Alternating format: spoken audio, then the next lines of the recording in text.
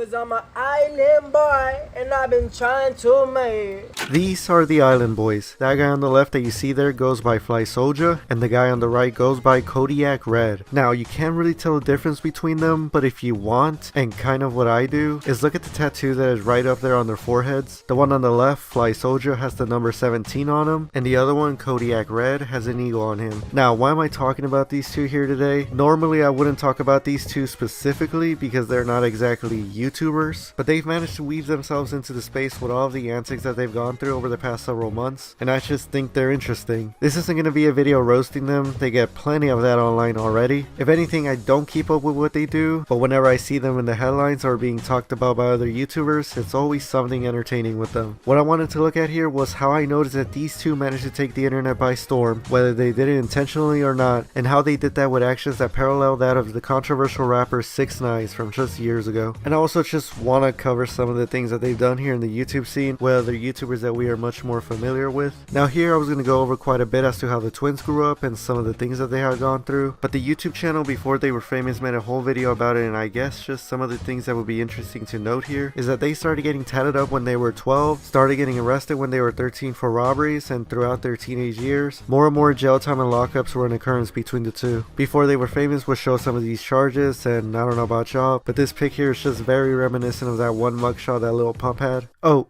and they also make music. But yeah, for now let's go over how the Island Boys and 6ix9ine are similar, because I gotta give the reason as to why I titled the video this, right? Oh, I've been riding in the new whip.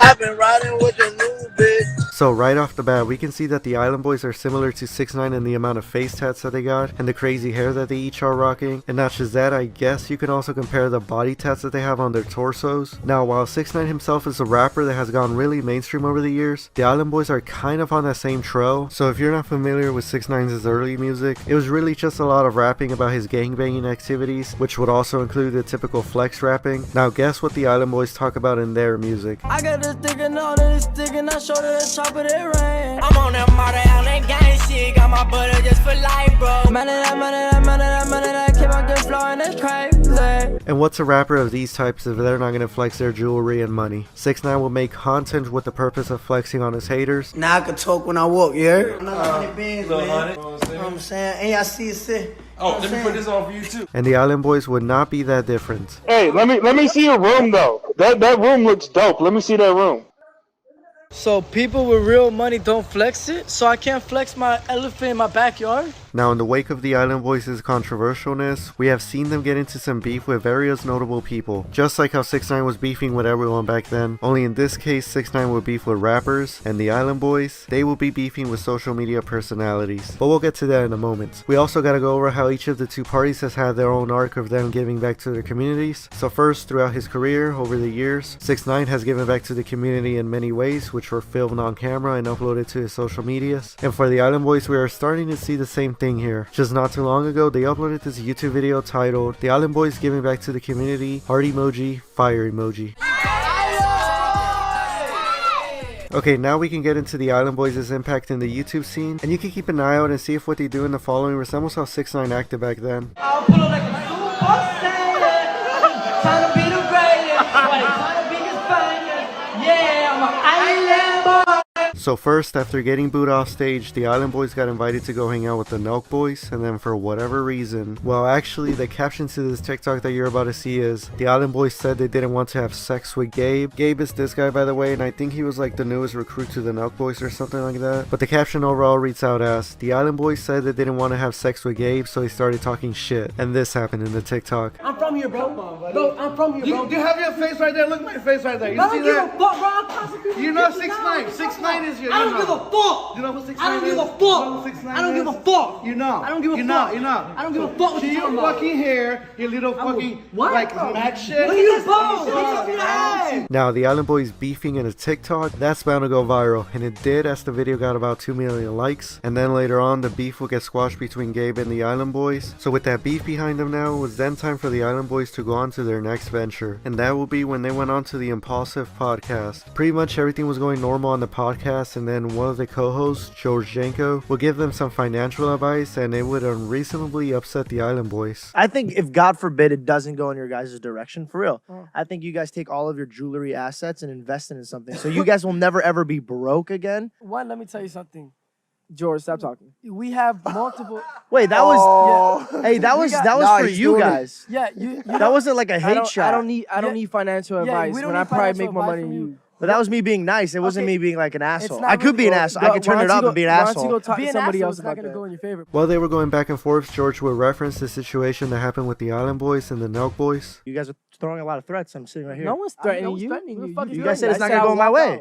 Yeah. This is not the Nelk Boys. We don't do fake over here. The argument would continue to the point where the Island Boys walked out. They argued a bit more, and then Logan would come in and break it up between the two parties, and that would be that. Oh, and we got this little moment that now gets memed on a lot. You know me from Island Boys, but you know I'm thugging, bro, right? Then, just several days later, on the night of December 18th, it was time to see Logan's brother Jake go up against Tyron Woodley in their second boxing match against each other. And guess which two individuals were at the event that night? That's right, the Island Boys. According to Keemstar, who was at the event, when the Island Boys entered the arena to find their seats, they were already getting booed. So the Island Boys just showed up. The whole place is booing them. They're walking down in that corner. They're down on the floor. Look at them. They're literally zoo animals. They're getting booed. Nobody's paying attention to this fight right now. The whole place is booing, saying, fuck the Island Boys. And then later that night, their manager was throwing stuff to these other people that were talking shit to them from afar. And this managed to get the Island Boys reportedly kicked out of the arena for the night, and for the time being, have essentially stolen the show up until the Jake Paul fight happened.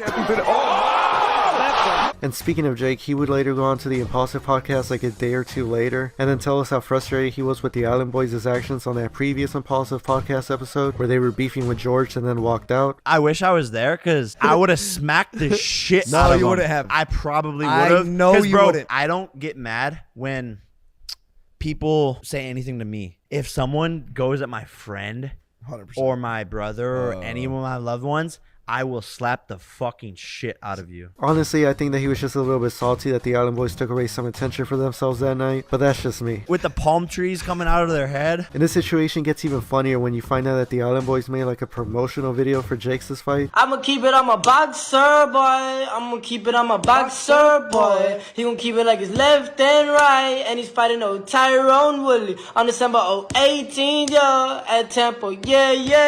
It's fight week before the fight. Better stop playing with Jake Paul. Yeah, you get the point. Anyway, someone here would then ask one of the Island Boys if he would fight Jake Paul, and Fly Soldier responded with a song. He don't want it with me. He don't want it with me. You gotta stop that acting. The internet a funny place. Fly Soldier would then later on respond to another comment that said you versus Jake Paul. Man, why y'all put me in the same sentence as that man?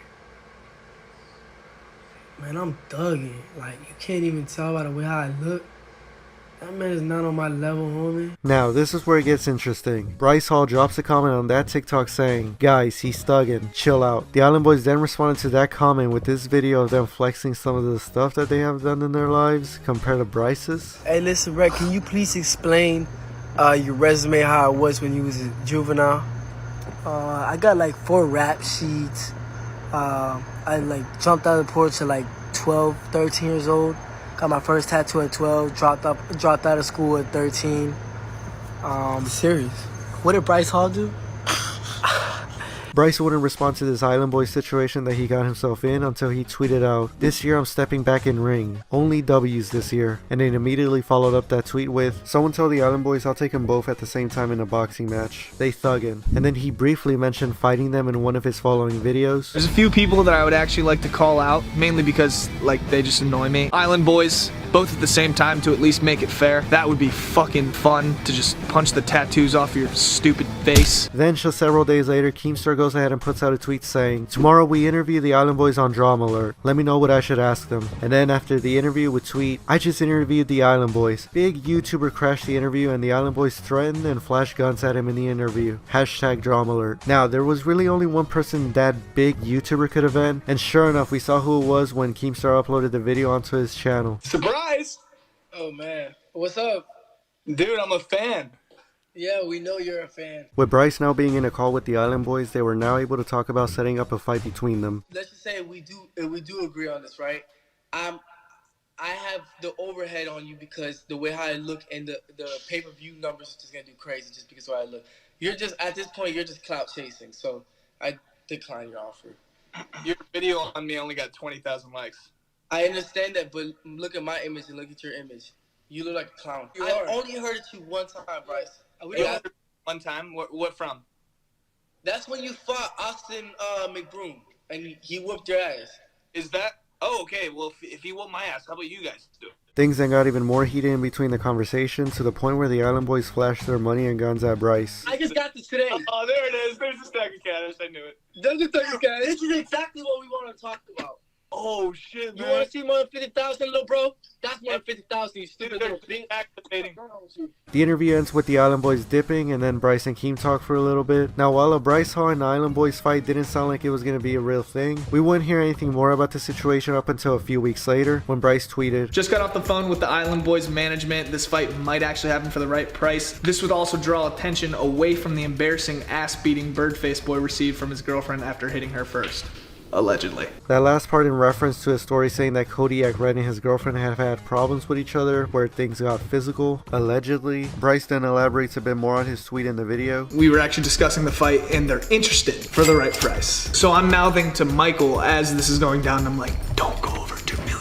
Michael goes, "Hey, what are you thinking for the price?" Yeah. Manager goes, "I'm thinking it's gonna have to be like 110, 120K. I guess now we wait to see if it actually happens, but I don't think it's gonna be a 2v1 at the same exact time. But we have talked to a few different people saying we could work around it and get me to fight both of them in the same night." And yeah, that's kind of where we're at now. No other significant updates have been made about the Island Boys, unless you want to count the incident that took place where they were staying at. I don't really want to get into that, but aside from that situation, they've just been doing their thing on TikTok, just the usual. I think Bryce perfectly sums up as to what they do now and have been doing for the past several months. This is what they do on TikTok. They just react, make a few stupid faces, and then they just get a shit ton of hate comments and then they respond to comments. That's what their TikTok consists of. Rounding this back to the topic of 6ix9ine, this is honestly how I would imagine if 6ix9ine straight up went into the YouTube scene back when he was popping and just going crazy. But in the meantime, to satisfy some of the curiosity, we have seen 6ix9ine actually interact with the YouTube space, as he has been on the Impaulsive podcast, hung out with the Nelk boys and Steve Will Do It, and has even had some time to be with David Dobrik. This is how it came? This is how they deliver them now? He works for Tesla. But yeah, to round off this Island Boys video, I think they know what they're doing. It's no surprise to me that they've managed to make a scene everywhere they go. It's a good way of bringing even more attention to their names. But when they do stuff like when they're just getting into problems with other people, especially creators, whether it's in character or not, they're just burning bridges. And in the long run, it's not going to be beneficial for them. Unless if they go back and genuinely right their wrongs and stay what they were doing, which is putting on a show. But hey, that's all up to them. And now with that, I'm going to end the video here. I hope you all enjoyed, and I'll see you in another video.